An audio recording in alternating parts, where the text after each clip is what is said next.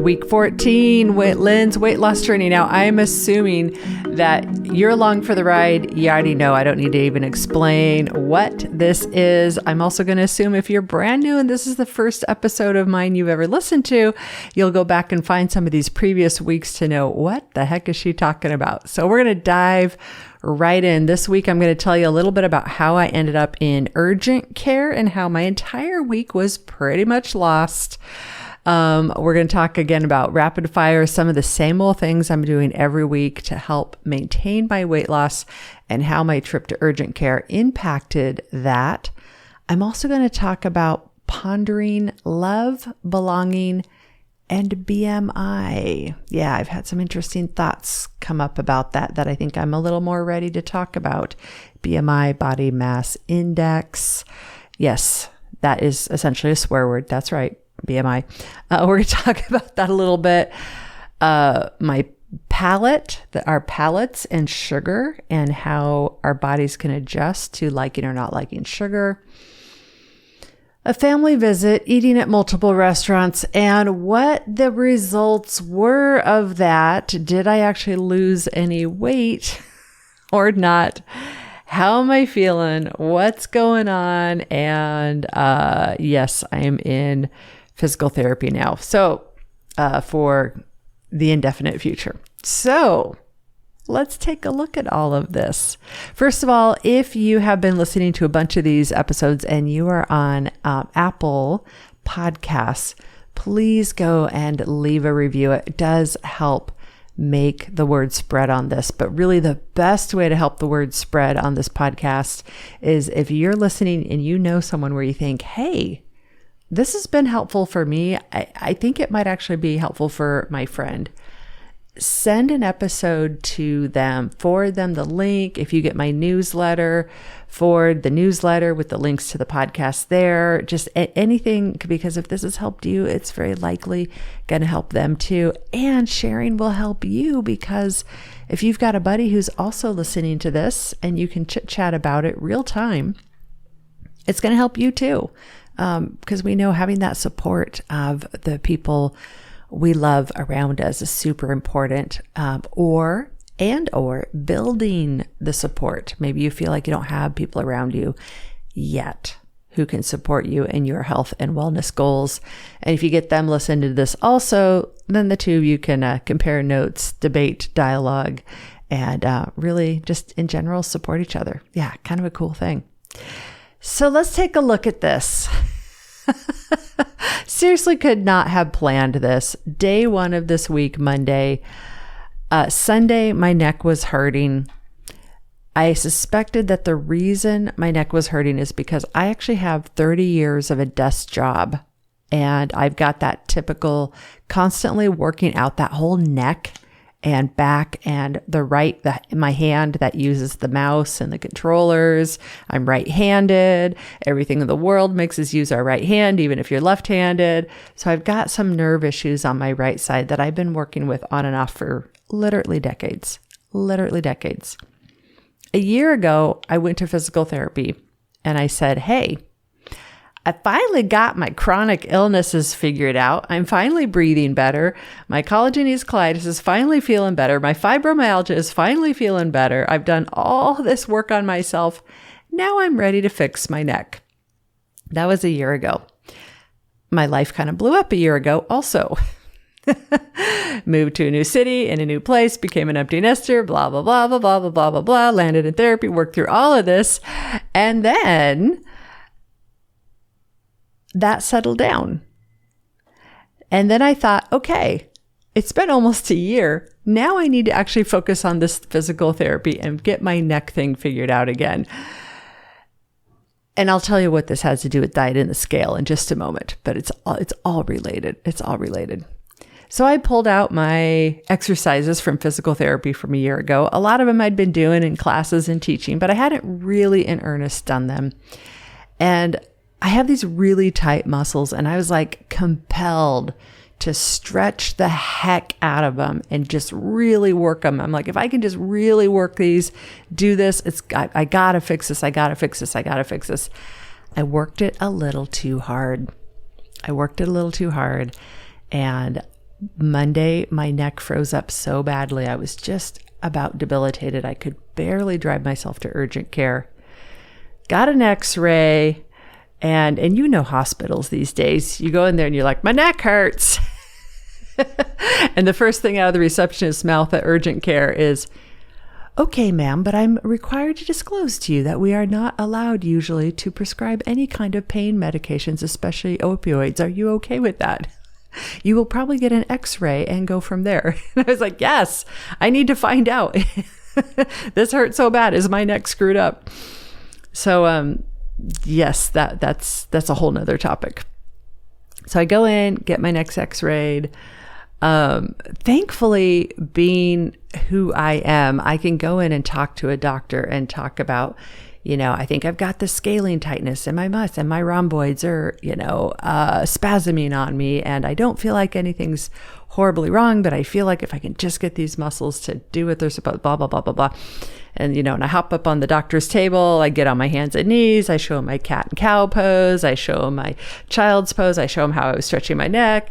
And then the doctor, physician's assistant, of course, looks at me and she's like, so we're going to give you an x-ray. I'm like, good, thank you. That's what I want. And she's like, and I'm going to prescribe you muscle relaxers. And I was like, okay, I wasn't asking for them, but all right, good. So anyhow, get the x-ray. I have something called military neck. Military neck. Military neck happens, and I'm really looking at this because when you're a fitness instructor and you're teaching people and they rely on you to help them be healthy and strong and well, if something goes wrong with me, it freaks me out because I think, oh, I got to make sure whatever's going on with me, I'm not causing it to happen in my clients. And so I actually tell the doctor this. I'm like, you're treating more than just me. You're helping a whole huge group of people also not have neck issues. So thank God, capital G God, thank God, that there was one particular stretch that I had kind of made up on my own that I was reefing into my neck that I've never done in classes. And they're pretty sure that was it. Not going to tell you what it is because it wasn't a good one to do. But I just got a little too. So the lesson in there is sometimes we get compelled to make it up on our own, push harder must be better. And injury-free is our fastest path to success. So here I am on muscle relaxers, sleeping all day and all night long. For pretty much most of the week. If you're at my classes and you're like, oh, she was a little more mellow on a couple of these classes, yeah, that would be why. Actually, I felt fine. I felt pretty good in class. My physical fitness and how much I moved went down to almost nothing. I wasn't hardly doing my walks like I normally did. I wasn't even hardly moving around the house. And my hunger, though, thank God, my hunger went down. So I had the knowledge. Here's the lesson here. I had the knowledge to know that my amount of calories being burned during the day, the amount of calories my body burned during the day was going down. So I knew that the amount I needed to eat would be less. And so I really tripled down on monitoring my hunger and not worrying about eating or overeating. I also knew that, as you guys know, my calories are low. My calories have been about 1,400 a day. That is low. So I don't have room really to go lower than that without going into this mode of not building strength. And if I go even lower than that, I go into a mode of wasting away. I don't want to do that. I want to stay strong and get stronger. Stay strong, get stronger. I don't want that body to just wither away. So I did a couple things. I doubled down on tracking what I ate. This was in part easy because I pretty much cleared my schedule of anything and everything to do. So pretty much double down on tracking what I ate, to make sure I got what I need, the protein, fat, fiber I needed. I made sure I didn't eat crap. And I made sure I gave myself compassion. I was also taking a bunch of ibuprofen, which is something I rarely do, but I knew I needed to. And ibuprofen tends to make me bloat, which I knew I needed to be careful about my mindset around the scale. Because here's what's happened. We have these setbacks. We have these things. We have to take medications to help us. It bloats our body. Our amount of exercise we can do goes down. And then we step on the scale, and the scale goes up 3 or 4 or 5 pounds, in my case, 3. And we have to remind ourselves to not freak out. And that can be difficult to do. So the trick here, and I feel almost like I'm on the other side of a long journey saying, ha, look at me, I've got this figured out. But I knew enough to know 6-week window, always keep looking at where was I 6 weeks ago? Where am I now? Even if, let's say, I went ollie oxen free and ate a whole pizza for dinner every single day of the week and sat on my behind and did nothing, the worst damage I could do on the scale of actual damage on the scale would be, I don't know, 4 or 5 pounds. Not the end of the world. That'd be like the worst I could do. What it would actually be worse is all the unhealthy eating. That would actually be worse than the scale number. So I digress. So I reminded myself of my 6-week window, and here's what it was. 6 weeks ago, that was the end of my 8-week journey. 6 weeks ago, I had just made the 15 mile. 15 mile, why do I keep saying that? 15 pound. 15 pound mark. Had made the 15 pound mark. I am now down 20 pounds. And so I'm down 5 pounds. So let's just say the whole train went off the tracks. Everything went down the cliff edge for a couple weeks here. Like worst case scenario, I would be backwards 6 weeks. Not the end of the world. But I also knew that wasn't what's going to happen because I was watching what I was eating and making sure that the calories stayed and health, nutrition, food stayed in a way that actually would work for me. So there's a little bit of mindset piece there going on for sure. And when you're on muscle relaxers, which I haven't been in years and years and years, which is pretty great, that I haven't been on them in years and years. Not that muscle relaxers are really great. And you're not doing much, and you live home alone, and you can't really, sit too still for one spot, but you can't really move anywhere. The brain has a lot of time to ponder and think. And one of the things that I had been pondering and thinking about is the concept of love, belonging, and BMI. And it's a bit of a twitchy topic for me because let me pause and think here. I'll be right back. Okay, I'm back. Just had to get my head and my heart connected on this one. So BMI, that's a whole nother topic of BMI, and it's a difficult number that technically really doesn't make any sense. But when you hear someone say BMI, you can pretty much trust that what they are intending to refer to with BMI is how much fat someone has on their body compared to how much lean muscle mass they have on their body. So when somebody says BMI, they're saying, when they say a low BMI, they're saying you look at them and they are more muscular with not much fat on them. If they have a high BMI, they are less muscular, higher fat on them. There we go. So one of the things that as a woman, and you don't have to be a woman, it could be a woman or a man, is that old topic of how much is attraction in romantic partnerships connected to whether or not the woman specifically, or man, but in my case, I'm a woman, so I'm just going to talk about me, compared to how skinny I am or am not. And not, see, and I'm skinny, basically that ratio, that BMI. And the reason I think I started ruminating on this one a little bit is because, not because I'm at a spot where I'm like looking to go dating and looking to find another partner. Like, I don't know, when I think about dating a partner and all that, what actually goes through my mind is, why would I want that headache?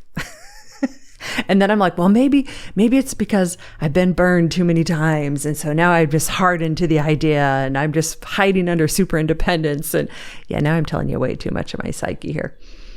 But I've just done too much in the past dating and had too many conversations in the past with people, male or female, whatever, it doesn't matter. But men, in my case, it's men who have made derogatory comments, men who've actually told me that I've dated who said they divorced their previous wife because she gained weight. Men who have, that I've dated before. I had one guy I dated who, I'm super skinny, super fit, was at that time. And I told this gentleman I was dating, I said, hey, I actually am a little worried that if I gained 50 pounds because I got sick or had health issues, that you would dump me.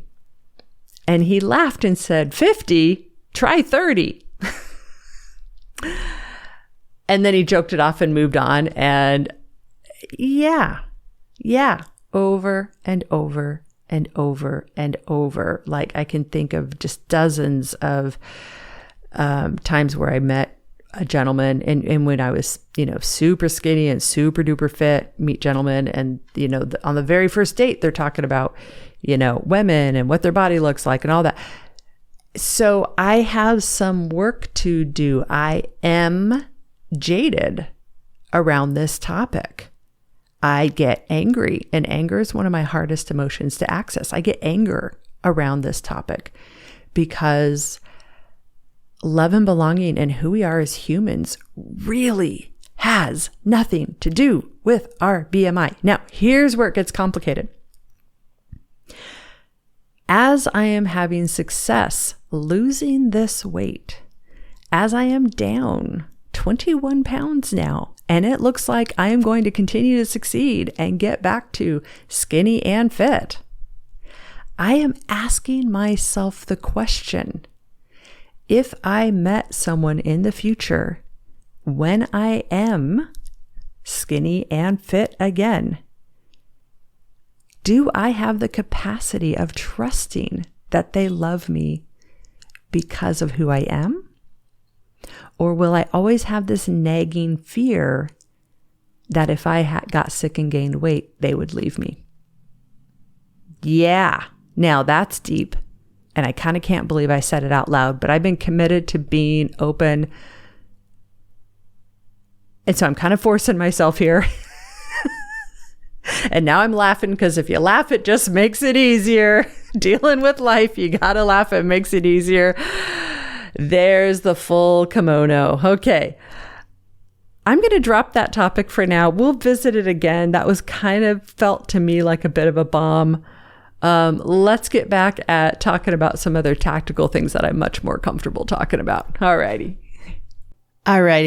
Moving along. Yeah. So one of the questions is, when life happens and we have people come and visit, and the next thing you know, you're at a bunch of restaurants, how does that work? How do we stay within our plan, stay within what we want to eat? And here's what I am finding for me. I had another round of that this weekend. I had family come in town, visit me. We went to 3 restaurants, like big decadent food restaurants. I chose this time that I was going to order healthy regardless of what I wanted on the menu all 3 times. And 2 out of the 3 times. Let's keep it honest, Lynn. 2 out of 3 times. My brain's like, wait, what did you actually do? Here's what happened. The one time I decided, screw it, I'm just eating what I want to eat. I ordered myself a chicken prosciutto burger and fries. I ate the burger and I ate the fries. At the end of it, I actually didn't feel that great physically and emotionally. I was like, ugh. And my stomach felt so full. And hours later, my stomach still felt like it was going to explode. This is a really cool thing because I'm pausing to ask myself, how did I feel? And my body has adjusted to eating so healthy. My body is adjusted to doing the meal with the asparagus like I did at the other dinner, or ordering the smaller breakfast that was protein and fruit based, not the big old pile of, pancakes, waffles, and French toast. My body's so used to doing that when I did say, oh, I'm just going to do the burger and the fries, my body actually didn't like it. And when I did the other meals, the healthier choices, my body did like it. So that is an interesting shift that happens with restaurants, and it doesn't happen right away. This is where it takes weeks, months, sometimes even years. You go to a restaurant you haven't been to in a couple of years. You have your one meal you've always ordered. You love the fettuccine alfredo with the bread and the butter and the 3 glasses of wine and the tiramisu afterwards. You go there and you're like, this time I'm not going to do that. I'm going to order something more protein based, more healthy. I'm going to skip the dessert or take one bite of dessert. The first time you do that, it feels painful. The second time you do that, it feels more normalized. The third time you do that, it feels normal. Yeah. So I'm starting to get to that place where all of this is just feeling more and more normal. And I don't feel like I'm missing out. I don't feel like I'm being left behind. And it's forcing me to focus on restaurant time being more about quality time with my friends or family, building deep, meaningful relationships with them. And by pulling out I can eat whatever the hell I want to and getting rid of that, it leaves a bit of a void that I have to then say, okay, that void is not going to be filled with more food. That void is not going to be filled with any kind of a binge when I get home. That food is going to be filled with love, belonging, and connection of people I love in my life around me. And this is why, in part, my week 0 work has been so critically important. Because asking somebody whose life is a bit of a shit show and crazy and stressful, and asking somebody who's constantly hit with all kinds of really difficult things to then say, and you're not going to eat your comfort foods, and it's going to leave a void, and you don't have good friends and relationships yet built to be able to help fill that emotional void. It's unrealistic.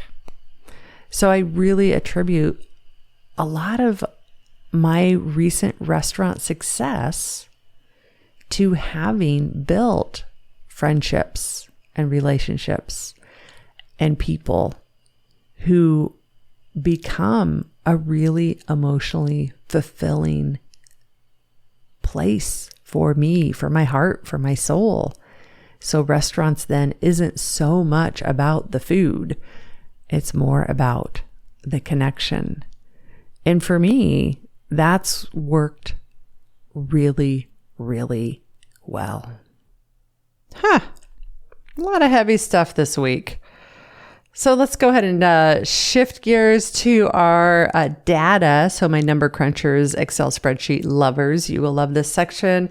I actually love geeking out on this section. And next week, I'd love to promise and be like, hey, next week, we're going to make it more fun and I'm going to make you laugh. We'll see what happens next week. Okay.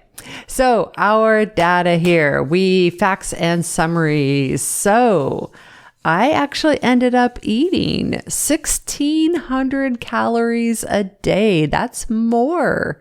That's the most calories per day that I have eaten in all 14 weeks. Still, that's a totally reasonable amount. Not high, not low. Probably closer to my maintenance calories. Protein, 114 grams average a day. My fat was a little high, 57 grams of fat a day. But again, 57 grams is also not crazy high. It's super easy to get 57 grams of fat, especially if you love your cheese. Fiber, 16 grams of fiber on average a day. And normally I don't report out on carbs, but I've been getting a lot of questions. But how many carbs? But how many carbs? So remember this whole thing. If you let the tail of the protein god wag the dog of this whole thing, and then you get your right amount of fat in your fiber and you're maintaining calories, going too high of carb is impossible. So I usually just kind of ignore the carbs, but I went back and looked over the 14 weeks and I have been averaging around 80 to 100-ish carbs a day, and with a ballpark of 50 to 250 carbs in any given day. So the carbs are yo-yoing all over the place, but that's relatively low carb. It's not keto. Keto is not my goal. It's relatively low carb, but not crazy low carb. So there we go. Here is the scale numbers. Start of the week, 161.2. End of the week, 160.8, which is a net loss for the week of 0.4 pounds, just under half a pound. We are splitting hairs here. We've got a total loss of 21.2 pounds over 14 weeks. Woohoo!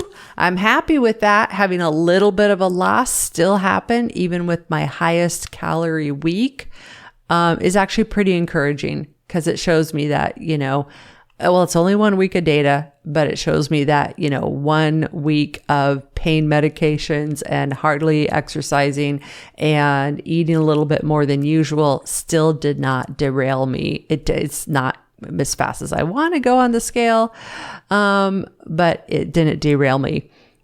If it said I lost 2 pounds last week, I would have been very suspicious. I would have been thinking there's something to do with salt or something like that was unusual, because I did not eat a pound less worth of food and calories. Next week, set myself up for success next week. So next week, I am hoping my neck will be totally good to get back to my regular activity. I want to ratchet up and do a little more walking. I am home. This sounds sad, but it's not. I'm home alone all week next week. So I have complete control over what I eat next week. So I am excited about dialing that in to see what I can do. See if I can kind of amp up this progress. Not extreme, but I do want to do better than 0.4 pounds in a week. And I even just said that wrong. I am doing amazing. I'm doing awesome. I'm doing great. So when I say I want to do better, I want to make faster progress. I want my body to comply faster. And I know I can do that by just dialing in my diet a little bit more, making sure I do it in a way that's sustainable. All those things we've been talking about for 14 weeks now. So there we have it. 21.4 pounds down. How's my energy?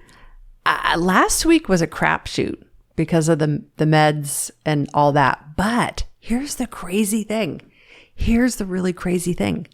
When I got off the muscle relaxers and I had slept and rested so much that when I came out of that bit of a fog of muscle relaxers, I almost had this rebound of energy and felt kind of like a freaking rock star.